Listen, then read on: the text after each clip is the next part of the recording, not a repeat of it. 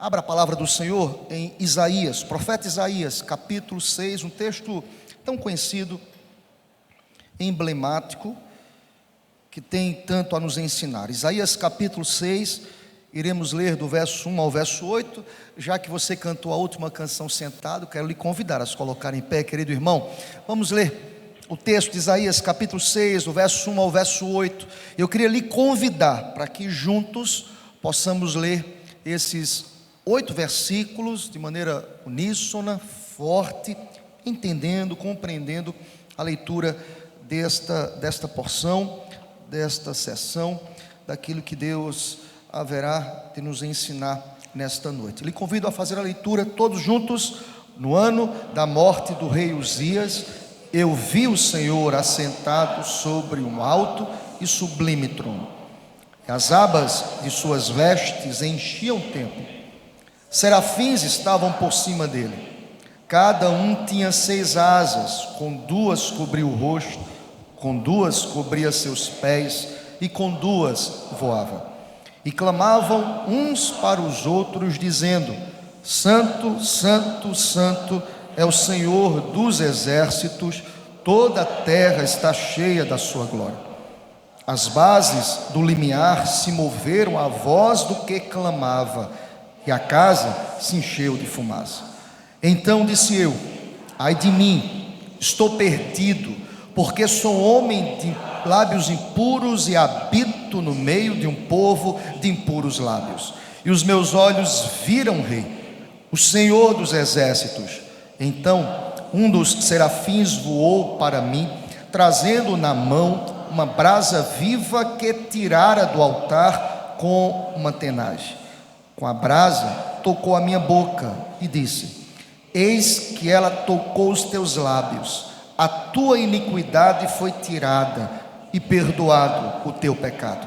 Depois disto ouvi a voz do Senhor que dizia: a quem enviarei e quem há de ir por nós? Disse eu: eis-me aqui, envia-me a mim. Aleluia, amém. Tomem um assento, irmãos, vamos orar. Eu lhe convido a que você permaneça com a Bíblia aberta. Nós iremos expor esses versículos, iremos aplicá-los, iremos extrair do texto aquilo que Deus quer nos ensinar nesta noite. Deus, aqui estamos mais uma vez, estivemos no culto pela manhã, aprendemos com a Tua palavra, e nesta noite mais uma vez aqui nós estamos desejosos, queremos entender a Tua vontade. Ensina-nos através desta escritura, que os meus pensamentos estejam escravizados ao texto, Pai. Usa-me como porta-voz, como boca do Senhor, para abençoar os que estão aqui, aqueles que acompanham pela internet. Deus, usa-me e abençoa-nos nesta noite, em nome de Jesus, amém, Senhor. Glória a Deus. Meu querido irmão, eu queria começar esta ministração lhe fazendo uma pergunta: como você tem enfrentado as dificuldades da vida? Eu acho que essa é uma pergunta que, por vezes, retoma as nossas interpelações, ela retoma aos nossos questionamentos, como nós enfrentamos as dificuldades da vida. É fato que evangelho implica também dificuldades. Viver com Cristo está intimamente ligado às adversidades, às dificuldades. Há quem pense, ledo engano, há quem pense que viver com Cristo é viver uma vida longe, à parte, desassociado às dificuldades. Eu quero lhe dizer nesta noite que não, o evangelho também implica em dificuldades, em provações, em privações, em lutas. Algumas que se apresentam e nós nem as esperamos, outras que nós promovemos pela nossa desobediência, pelo nosso coração, pela nossa mente, mas todos nós enfrentamos adversidades e todos nós enfrentamos dificuldades. O texto que lemos, e por que inicio perguntando isso para vocês? Porque o texto que lemos é um texto do profeta Isaías, o profeta que está inserido dentro de um contexto extremamente conturbado, dificultoso. Para quem estuda a palavra, para quem gosta de estudar contextos, para quem gosta de parar, investir tempo para entender a estrutura dos livros, o livro de Isaías é um livro que traz às nossas vidas uma realidade de extrema dificuldade, irmãos, extrema dificuldade. Se você fizer um levantamento aqui rápido das dificuldades do livro de Isaías, você vai entender que, por exemplo, o capítulo 6 que lemos aqui nesta noite revela-nos uma realidade de morte depois de 52 anos de um reinado próspero do rei Uzias. Ele morre. Um povo que vivia estabilidade, o povo que estava ali caminhando tranquilamente, e a morte de Uzias, aqui nesse capítulo 6, abre portas para um contexto de extrema dificuldade, irmãos. A estabilidade transforma-se num contexto ali em Judá em instabilidade, em dificuldade, em preocupações que outrora, em linhas gerais, este povo aqui não estava tendo. Se não vejamos, eu posso levantar algumas coisas que em algum momento eu já as tratei aqui na igreja. E se você olha para o livro de Isaías e percebe o pano de fundo deste livro, você irá perceber, por exemplo, que o poder legislativo estava corrompido, homens inescrupulosos estavam no poder, homens que estavam ali decretando leis injustas, com o único propósito, esmagar o pobre. Se você ler comigo, para que você possa entender o capítulo 10 do livro de Isaías, que eu quero lhe convidar para que você possa ir comigo, capítulo 10, versículos 1 e 2. Percebam o que o texto nos diz, Isaías 10, versículos 1 e 2, um contexto de um poder legislativo que decretava leis injustas para esmagar o pobre. Olha o que diz a palavra: ai dos que decretam leis injustas, dos que escrevem leis de que, irmãos? De opressão, para negarem justiça aos pobres, para arrebatarem o direito aos aflitos do meu povo, a fim de despojarem as viúvas e roubarem os órfãos. Duas classes bem destacadas por Cristo em seu evangelho. Ele sempre se preocupou com viúvas e órfãos. Ele sempre olhou com um olhar de misericórdia a esses renegados da sociedade. E o texto diz que esses que tinham a caneta, podiam decretar leis, eles estavam decretando leis injustas, irmãos. Este era o extrato do poder legislativo. Mas se você estudar um pouco mais e perceber, você vai perceber que a reboque, o poder judiciário também tinha suas togas maculadas pela corrupção. Se não bastasse o poder legislativo corrompido, inescrupuloso, nós temos aqui juízes que recebiam suborno para condenar os pobres e os inocentes. Se levantavam, eram tiranos, eram destruidores, queridos. Alguém já disse que era uma orquestração do mal aqui nesse contexto do profeta Isaías. Dessa forma, o que acontecia? A economia vinha a reboque também. Nós temos aqui um contexto de uma economia extremamente abalada. Os ricos estavam cada vez mais ricos e os pobres cada vez mais pobres. Se não vejamos, vai para o capítulo 5, que antecede o capítulo 6 que lemos, e olha comigo o versículo 8 do capítulo 5, está escrito aqui, percebam comigo: ai dos que ajuntam casa a casa, reúnem campo a campo, até que não haja mais lugar, e ficam como únicos moradores no meio da terra. É o querer cada vez mais, em detrimento àqueles que precisavam de cuidados, irmãos. O texto é claro para a gente aqui.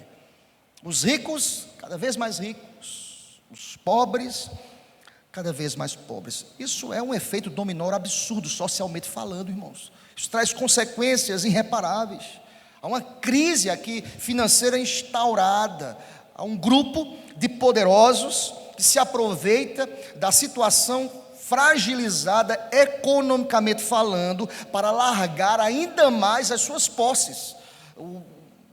Tanto na mão de tão poucos e muitos com tão poucas coisas. Era a realidade também do profeta Isaías aqui, irmãos. Com isso, sabe o que acontece? A moral desse contexto aqui, a crise moral aqui, tomou conta deste povo.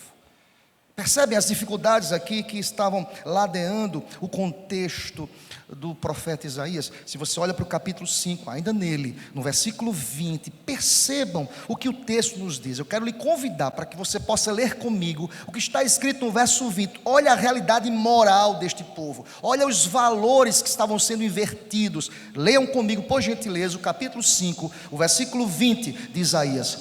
Toda a igreja: ai dos que ao mal chamam bem, e ao bem mal, que fazem da escuridão luz, e da luz escuridade. Põe o amargo por doce, e o doce. De quem vocês lembram, irmãos? Eu lembro da nossa sociedade hoje. Nós também estamos inseridos, irmãos, no contexto de dificuldades. Se não bastasse aqui em Isaías, quem sabe no coração de todos nós, se a crise no legislativo, se a crise no judiciário, se a crise instaurada aqui moral, há um fio de esperança para a religiosidade do tempo de Isaías. Eu quero lhe dizer também que nesse contexto, o profeta Isaías, se não bastasse, a crise espiritual foi resultado natural de todas as outras crises associadas aqui nesse contexto. Se você olhar para o capítulo 1 do profeta Isaías, se não bastasse, olha o que está escrito aqui nesse capítulo 1, a partir do versículo 10. Nos diz a palavra: ouvi a palavra do Senhor, vós príncipes de Sodoma, prestai ouvidos à lei do nosso Deus, vós povo de Gomorra, de que me serve a mim a multidão dos vossos sacrifícios, diz o Senhor. Olha o que Deus diz a esse povo: estou farto dos holocaustos de carneiros, eu estou farto da gordura de animais cevados, eu não me agrado do sangue de novilhos, nem de cordeiros, nem de bodes. Quando vindes para comparecer perante mim, quem vos requereu o só pisardes os meus átrios? Não continueis a trazer ofertas vãs. Não venham para o culto. Vocês estão cheios de pecado fazendo isso. O incenso é para mim abominação. E também as festas da lua nova, os sábados que vocês guardam, a convocação, a santa convocação das congregações, eu não posso suportar, diz o Senhor, iniquidade associada ao ajuntamento religioso e solene e cultico de vocês. Nos diz a palavra: as vossas festas da lua nova e as vossas solenidades, a minha alma as aborrece, já me são pesadas, eu estou cansado de as sofrer. Pelo quê? Quando estendeis as mãos, eu escondo de vós os olhos. Sim, quando multiplicais as vossas orações, eu não as ouço, porque as vossas mãos estão cheias de sangue. Lavai-vos, purificai-vos, tirai a maldade de vossos atos diante dos meus olhos, cessai de fazer o mal, aprendei a fazer o bem, atendei à justiça, repreendei ao opressor, defendei o direito do órfão e pleiteai a causa das viúvas. Deus seja louvado por essa palavra. Irmãos, percebem aqui que é bem mais simples para a gente se omitir diante das dificuldades sociais que se apresentam, e das dificuldades morais, e das dificuldades religiosas que se apresentam diante de nós. É muito mais fácil tomar a posição de não estou vendo, uma posição inerte, letárgica, lenta. É muito mais fácil ficar ali quieto. Eu estou aqui nesta noite, queridos, diante de um texto que é Isaías capítulo 6, que nos mostra que diante das dificuldades, nós precisamos encará-las com otimismo. Nós precisamos olhar para o passado e entender que em outros tempos, situações semelhantes se apresentaram. E Deus misericordiosamente levantou pessoas, levantou a nação, levantou homens, levantou mulheres, levantou um povo, levantou os remanescentes, levantou um povo que ama a Deus como instrumentos em suas mãos, porque nós cremos que quando Deus quer agir, não há quem possa impedir. Louvado seja Deus. Quando Deus age, quando Deus soberanamente age, nós entendemos que algo novo, poderoso e transformador haverá de acontecer. Eu olho para esse capítulo 6, irmãos, eu amo demais esse capítulo 6 de Isaías, amo. Porque, para quem gosta de pregação sabe, você pode passar vários domingos pregando com várias ênfases aqui nesse capítulo 6 do profeta Isaías. Mas eu queria nesta noite pensar com os irmãos como nós podemos vencer as dificuldades da vida. A verdade é que há um paralelo à realidade que nós vivemos hoje, irmãos. Há muita corrupção, há homens inescrupulosos, há uma injustiça falha, há um pêndulo aí que pesa para os mais fortes em detrimento aos mais fracos. Essas realidades de Isaías estão presentes aqui hoje. E nesse turbilhão de dificuldades nós temos a igreja, nós temos aqui o profeta Isaías, nós temos aqui alguém que conhece a Deus. Nós temos um povo que não pode se calar, nós temos um povo que precisa continuar a pregar, nós somos a reserva, como igreja, presta atenção, nós somos a reserva moral desta sociedade, louvado seja Deus por isso, aleluia. Nós somos a reserva moral, irmãos, de comportamento, de conduta. Eu preciso ter uma vida como um probo, como alguém ilibado, como alguém dedicado, como alguém convertido cada vez mais por Deus, mortificando a minha carne, tomando emprestada a palavra da manhã e permitindo que Deus vivifique a sua vontade em mim, para que a sociedade veja Cristo, para que a luz de Deus brilhe, para que o sal conserve, para que o sal dê sabor, para que a igreja continue sendo relevante, proativa no mundo corrompido. Isaías serve-nos nesta noite como exemplo, irmãos. E aqui, permitam-me, ao olhar para esse texto, eu entendo que Isaías traz para as nossas vidas um caminho de como nós, todos nós, como crentes, devemos enfrentar e vencer as dificuldades da vida. Verdade é, irmãos, que se nós fôssemos ventilar aqui o microfone para que cada um fale, há outros problemas que são mais minuciosos no dia a dia, na nossa casa, nas nossas lutas, nos nossos desafios enquanto casal, enquanto pai, enquanto mãe, enquanto família, enquanto crente, enquanto igreja. Há tantos outros problemas que poderiam ser elencados aqui hoje à noite, mas em linhas gerais nós estamos como igreja inseridos dentro de uma sociedade terrivelmente corrompida, assim como Isaías estava. O que devemos fazer? Qual deve ser a nossa postura? Eu devo me calar, eu devo me prostrar diante de uma realidade que o mundo jaz no maligno, eu devo recuar, eu devo ficar ali em cima do muro, o que é que eu devo fazer? Aqui Isaías aponta para todos nós um caminho, e note bem, o caminho da igreja foi revelado, o caminho da igreja é a palavra, louvado seja Deus.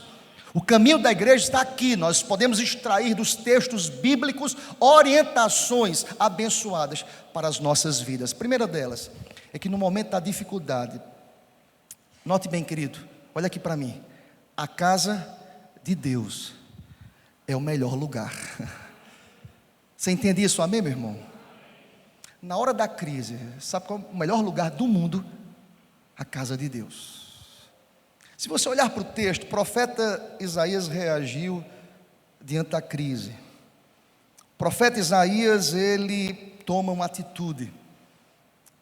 E a atitude dele foi ir ao templo. Foi se aproximar do templo.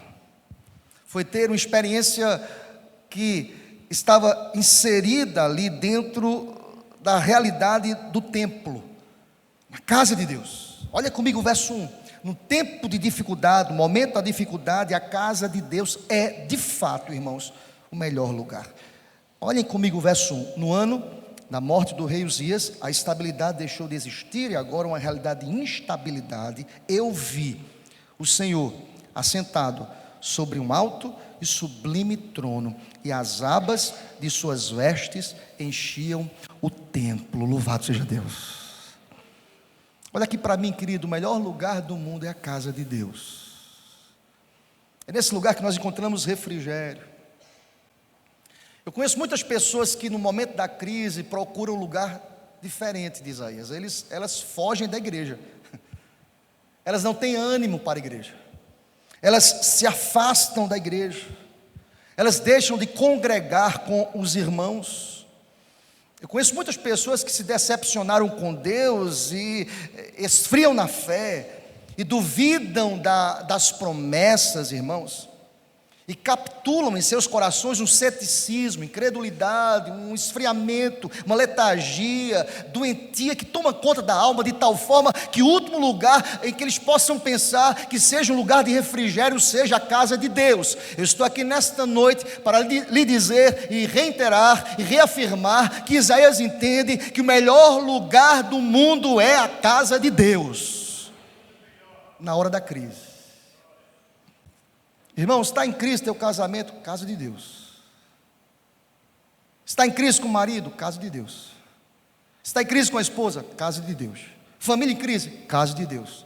Templo, congregação, comunhão, irmãos. Está em crise espiritual? Sem ânimo para ir para a igreja? Casa de Deus.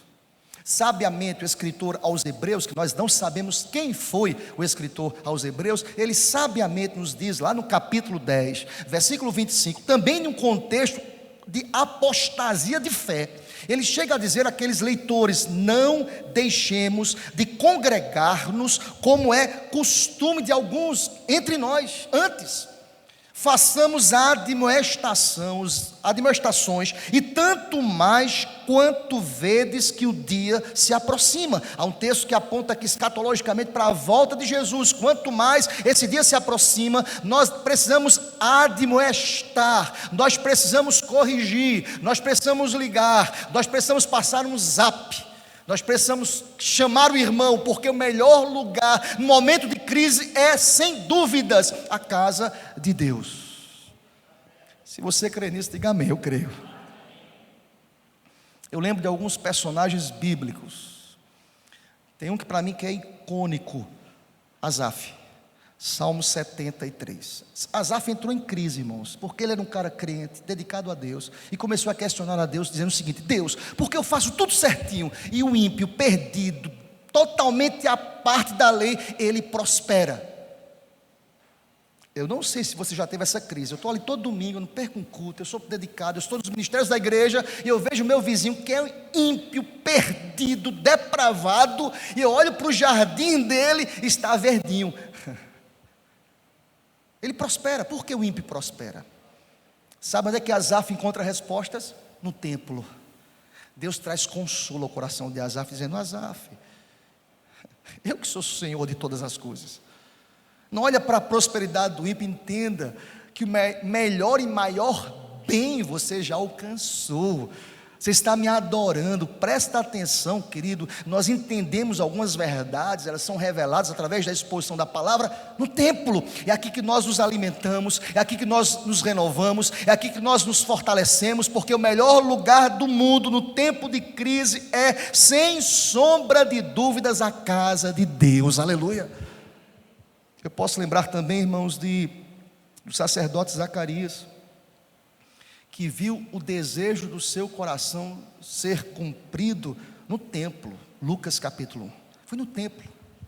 E aqui que nós crescemos, é na casa de Deus, que Ana ouviu palavras libertadoras diante da sua esterilidade. Deus trouxe cura no contexto de templo.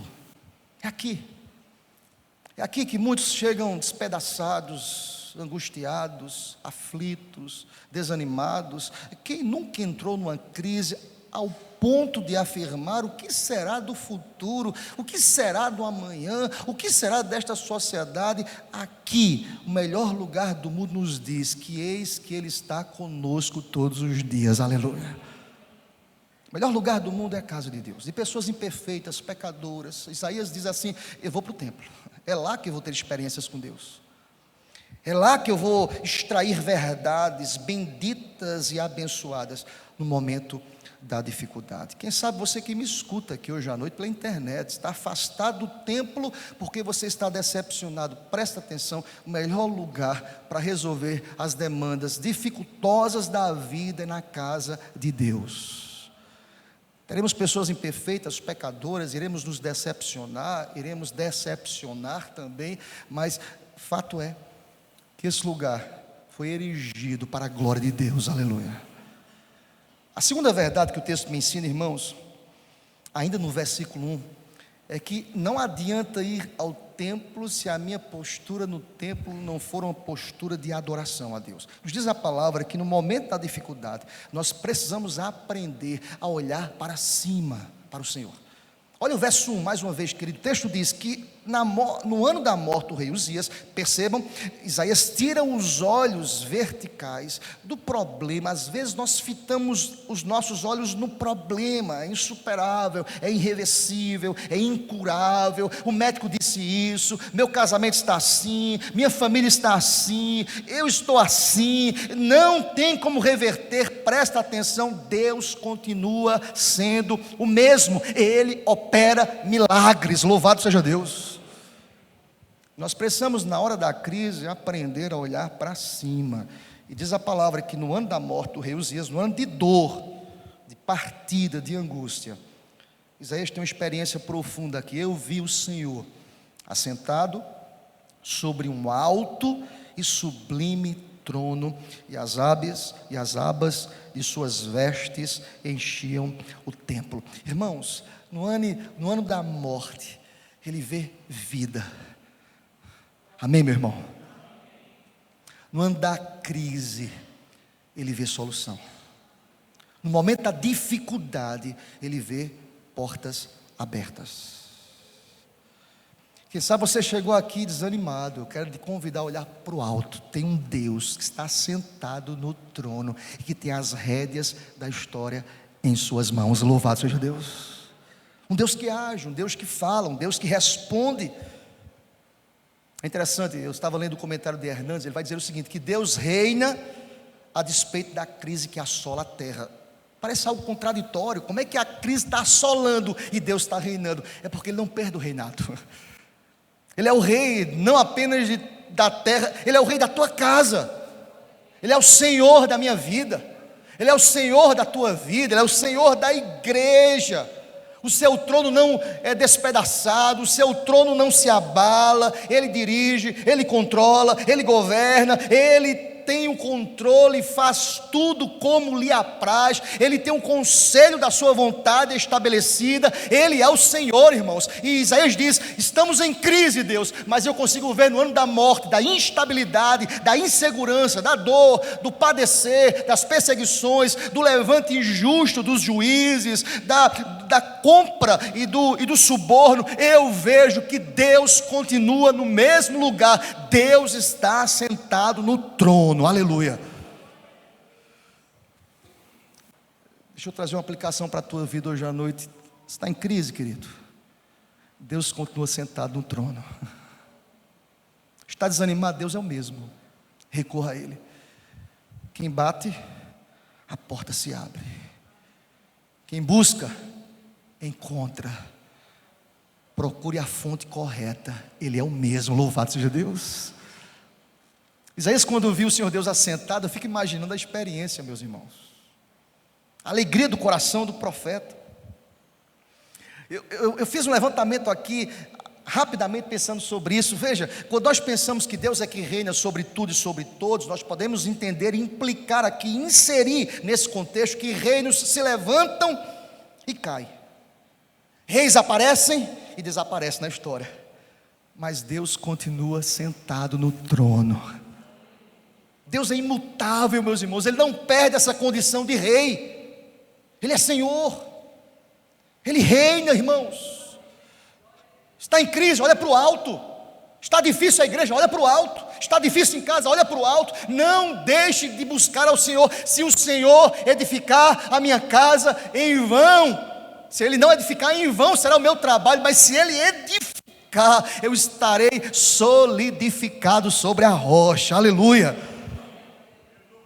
Isaías, ao olhar o Senhor no alto e sublime trono, sabe o que ele entendeu aqui? Permitam-me, mais uma vez cito aqui Hernandes. Ele entende que a morte de Uzias não era o fim.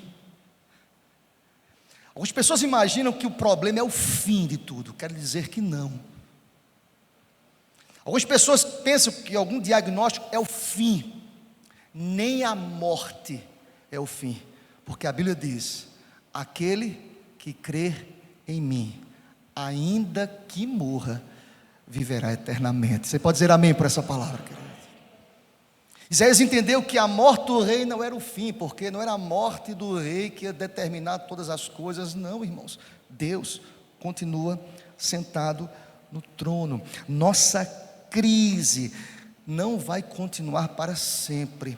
E interessante, irmãos, que Deus, Ele é especialista em transformar tragédias em bênçãos. Louvado seja Deus. Como nós devemos enfrentar a dificuldade? Nós temos muitas. Primeiro, a casa de Deus é o melhor lugar. Segundo, é que nós precisamos aprender a olhar para o Senhor, fitar os nossos olhos no alto. Ele está no controle. Mas há uma terceira verdade que o texto quer nos ensinar também, irmãos, que nós encontramos aqui no versículo 3, é que no momento da dificuldade, nós precisamos ter a consciência que Deus, Ele é santo.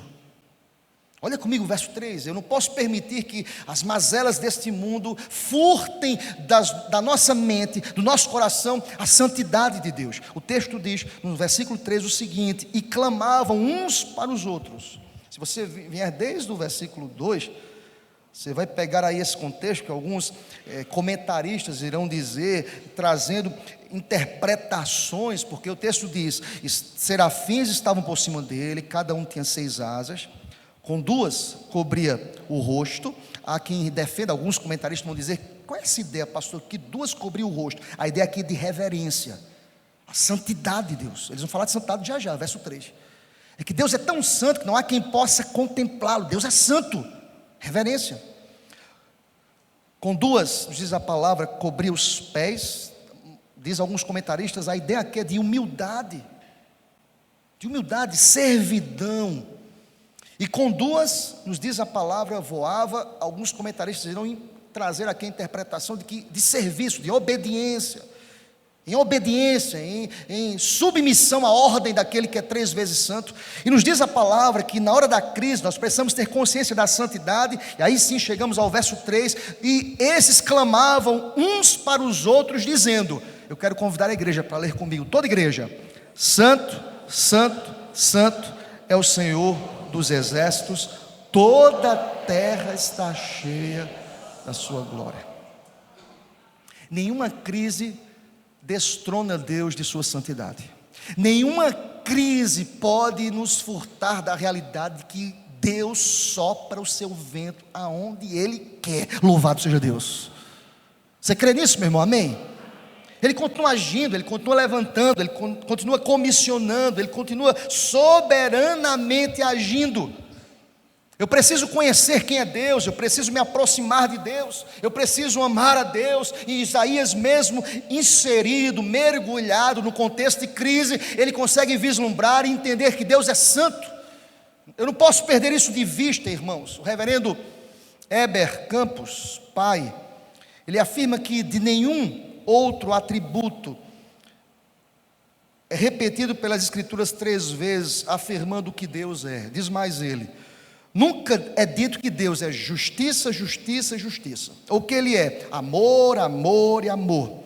Mas, diz ele, as escrituras afirmam que Deus é santo, santo e santo. E diz mais, e que toda a terra está cheia de sua glória. Aqui no atributo santidade de Deus, irmãos, diz ele, há uma ênfase, é mais enfático, é algo muito especial aqui, irmãos. E com esta observação, não estamos sugerindo que a santidade seja mais importante que os outros atributos de Deus, mas que vários dos seus atributos morais são qualificados e realçados pela sua santidade. Se Deus, Ele é misericordioso, o que move o coração de Deus é porque Deus é 3 vezes santo. O que Deus faz é perfeito. Por isso que Isaías diz, olha Deus, ao olhar para o trono e perceber que tu estás assentado, eu consigo enxergar que tu és santo, santo e santo. Todas as ações de Deus são justas, são límpidas, são santas. Ele continua no controle de todas as coisas, aleluia. No momento da dificuldade eu preciso ter consciência de que Deus, Ele é santo.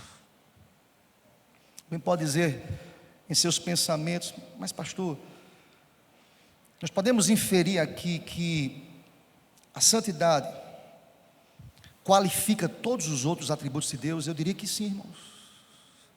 Tudo que Deus faz é com santidade.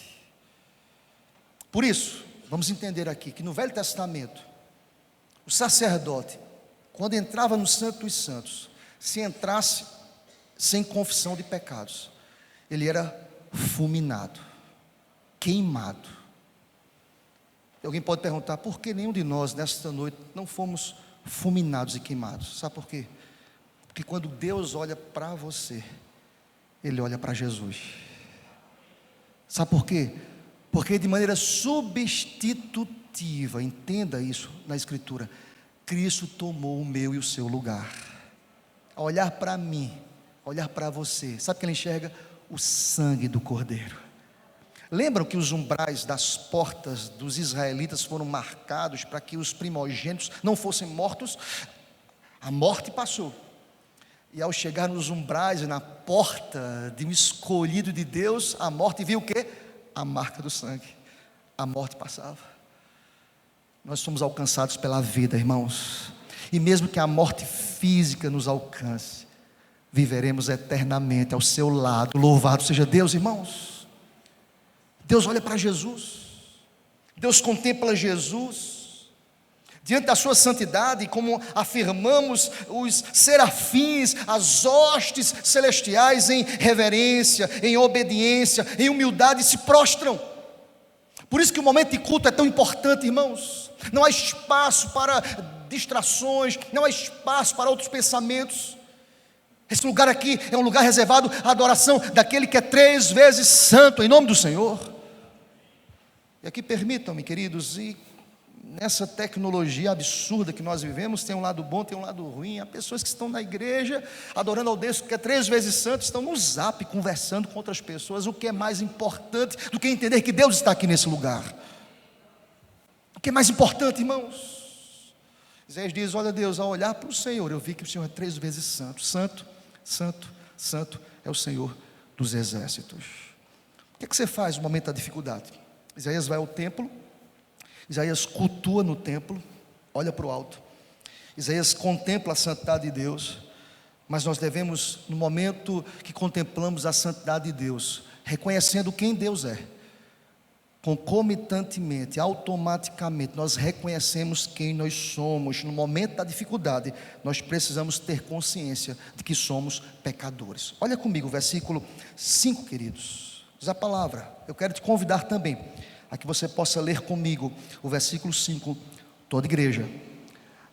Então disse eu, ai de mim, estou perdido, porque sou homem de lábios impuros, habito no meio de um povo de impuros lábios, e os meus olhos viram o Rei, o Senhor dos exércitos. Presta atenção, querido.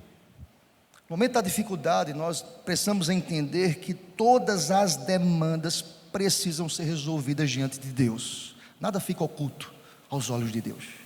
Nada. Eu não posso me esconder de Deus. É possível se esconder do cônjuge, é possível se esconder da liderança da igreja, é possível se esconder de qualquer pessoa. De Deus não. Isaías tem consciência que na hora da dificuldade, o tratamento começa a partir dele. Isso para mim é fantástico no texto. Porque ele diz, antes de falar dos outros, ele diz, eu sou impuro, e também habito no meio de pessoas de impuros lábios. Isaías não é aqui um delator, irmão. Isaías era um consciente.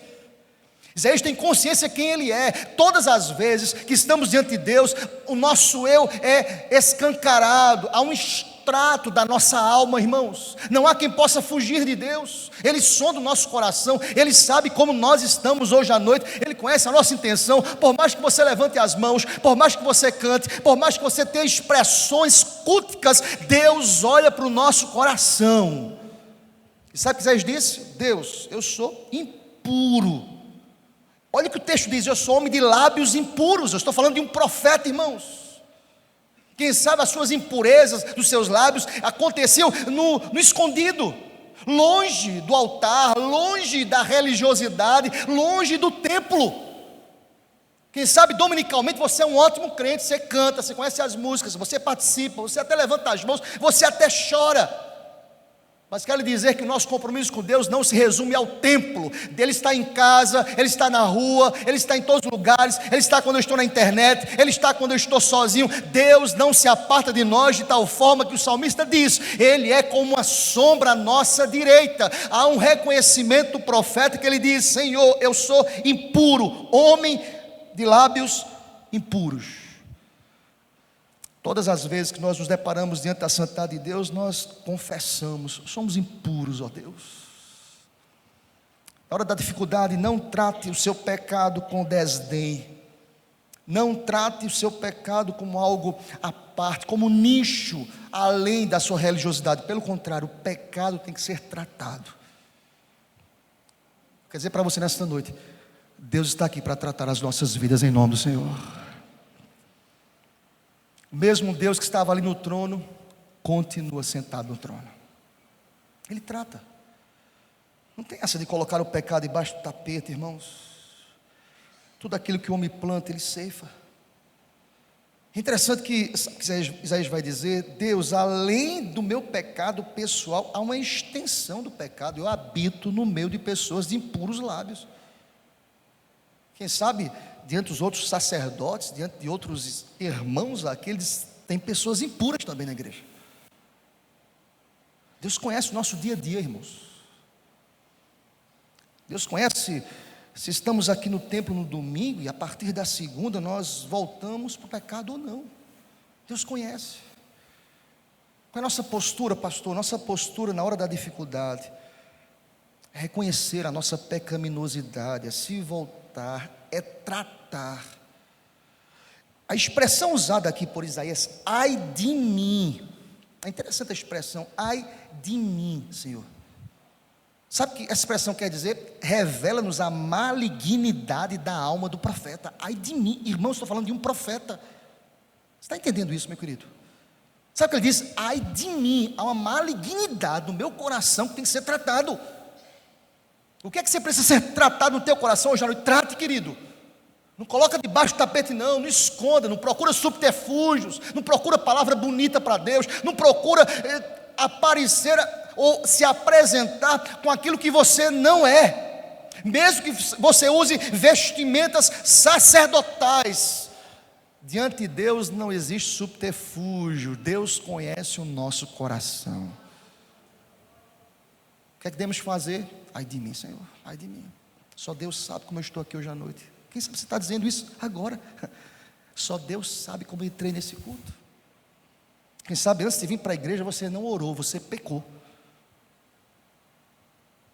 Você já pensou se Deus fosse fulminar aqueles que entraram aqui carregando pecados e não confessaram e levantaram as mãos para Deus?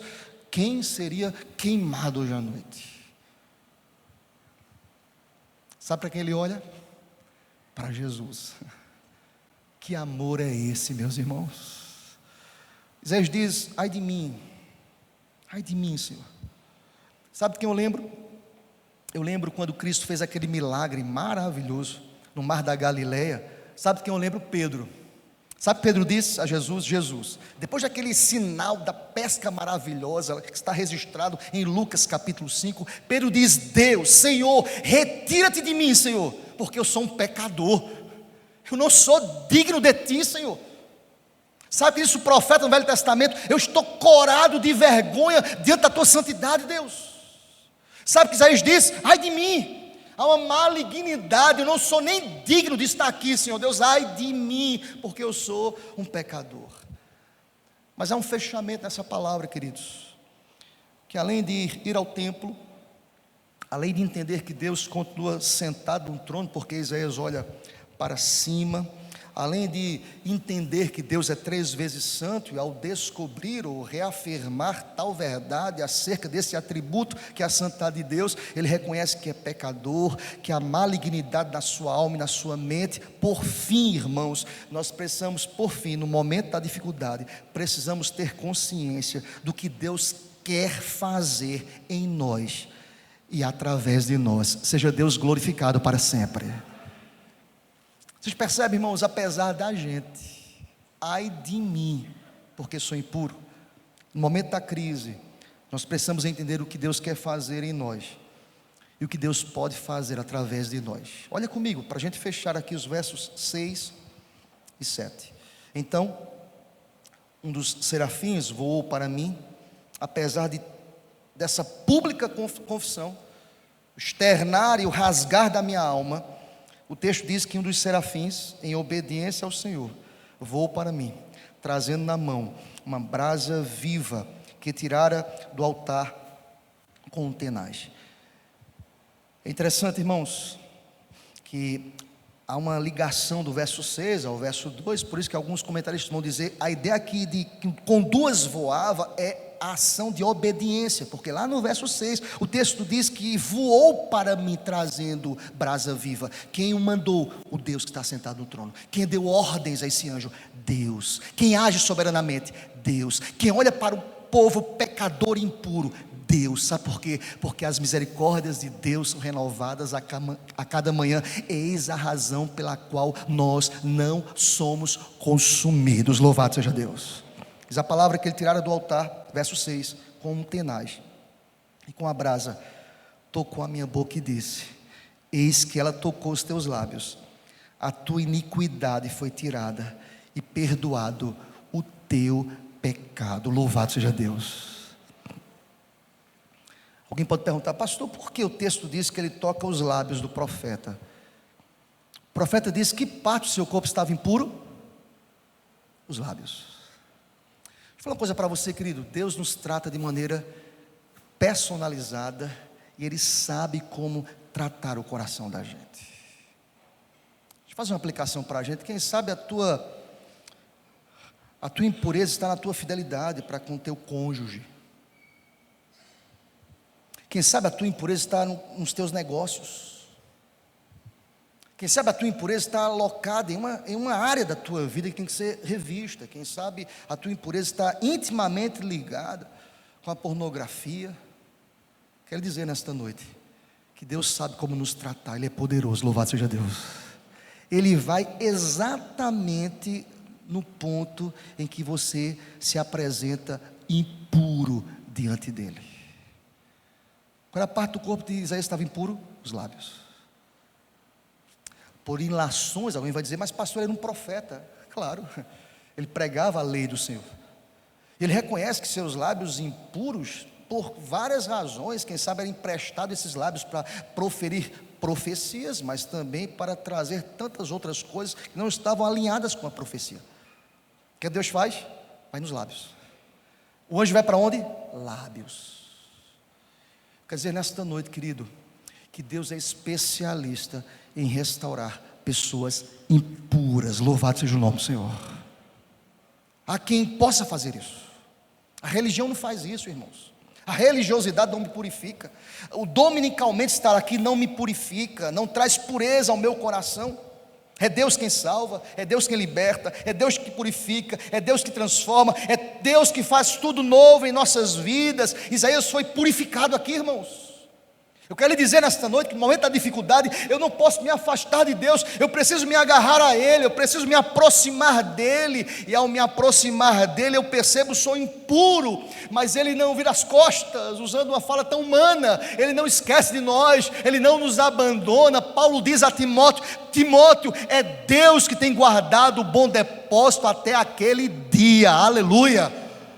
Estamos guardados em Deus. Olha aqui para mim, querido, você não vai ficar no caminho não, porque aquele que começou a boa obra em você haverá de completar, em nome de Jesus. Nós não ficamos no meio do caminho. O texto diz que Isaías foi purificado aqui, irmãos. Olha comigo mais uma vez, verso 7: eis que ela tocou os teus lábios, e a iniquidade foi tirada, e foi perdoado o teu pecado. Ao pensar sobre isso, irmãos, nós precisamos ter consciência do que Deus faz em nós, apesar de nós. Ele purifica, Ele transforma, Ele traz vida. Tirado foi o pecado. Irmãos, eu preciso fazer uma aplicabilidade sobre essa ideia de tirar o pecado. Ou seja, ele abandona aquele comportamento impuro. De nada adianta quando aquela mulher adúltera diz assim: Senhor, aqui estou diante de ti. Porque uma multidão carregava aquela mulher adúltera, porque a lei dizia que depois do adultério, aquele que adulterou deveria ser apedrejado. Se você olhar para o texto diz que apenas a mulher foi apresentada. A lei dizia: o homem, o adúltero e a adúltera deveriam se apresentar e serem apedrejados. O texto já nos apresenta uma crise na justiça ali, porque só a mulher foi apresentada. Jesus sabiamente escrevia sobre a areia, e eu vi certa vez alguém dizer o seguinte: eu acho que Jesus estava escrevendo os pecados ali. Meu irmão, aí é muita inferência, né? Ninguém sabe, o texto não diz. Mas Jesus olha para as pessoas e fala: olha, quem não tiver pecado, que lance a primeira pedra. E todo mundo saiu de um por um, soltaram as pedras. Eu já disse aqui na igreja que era cultural, quando um adúltero eram pegos, eles eram carregados e gritavam nas cidades: olha, adúltero, adúltero, adúltero. E a multidão juntava, porque eles queriam fazer justiça. A lei dizia isso.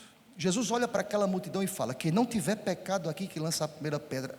As pessoas pensaram: eu não sou adúltero, mas eu sou mentiroso. A pedra da mentira está aí, eu vou embora. Eu não sou adúltero, mas eu falo mal dos meus irmãos. Eu não sou adúltero, mas eu faço isso. Eu não sou adúltero, porque percebe que a posição de juiz, tem muita gente querendo o lugar de Deus, a cadeira de Deus, ele não dá a ninguém. O justo juiz está sentado no trono, louvado seja Deus. A justiça dele não é parcial, não é tendenciosa, não é comprada, não se mancha, não é manchada com as propostas indecorosas deste mundo. Ele é justo, ele está sentado no trono. Todo mundo foi embora, aquela mulher fica sozinha. Eu penso que aquela mulher pensou o seguinte: este sim pode me apedrejar, esse sim. Quem sabe ela esperou uma pedrada de Jesus. Esse sim, esse é perfeito, esse pode. Ele olha para aquela mulher e diz assim: mulher, eu não te condeno, vai lá, volta, muda de vida, eu estou te dando um recomeço. Deus é especialista em restaurar pessoas impuras. E por que eu lhe digo isso hoje à noite? Porque nós estamos aqui. Entendeu isso, meu irmão? Amém? Sabe por que nós estamos aqui? Porque nós cremos que Deus é especialista em restaurar pessoas impuras. E mais do que isso, em restaurar e em usá-las para a glória do seu próprio nome. Vamos terminar o texto? Versículo 8 diz assim: depois da experiência de purificação, olha comigo para a gente fechar aqui, irmãos. Isaías se coloca nas mãos de Deus. Isaías diz: Deus, aqui estou eu. Ele não se intimidou, ele ouviu a voz de Deus, ele entendeu o desafio, porque o texto diz, verso 8: depois disto, depois da experiência profunda com Deus, eu ouvi a voz do Senhor que dizia: a quem enviarei e quem há de ir por nós? Disse eu. Vamos toda a igreja bem forte, irmãos: eis-me aqui, envia-me a mim. Mais uma vez, irmãos: eis-me aqui, envia-me. Sabe o que me surpreende nesse texto? É que Isaías não se omitiu, Isaías não se acovardou.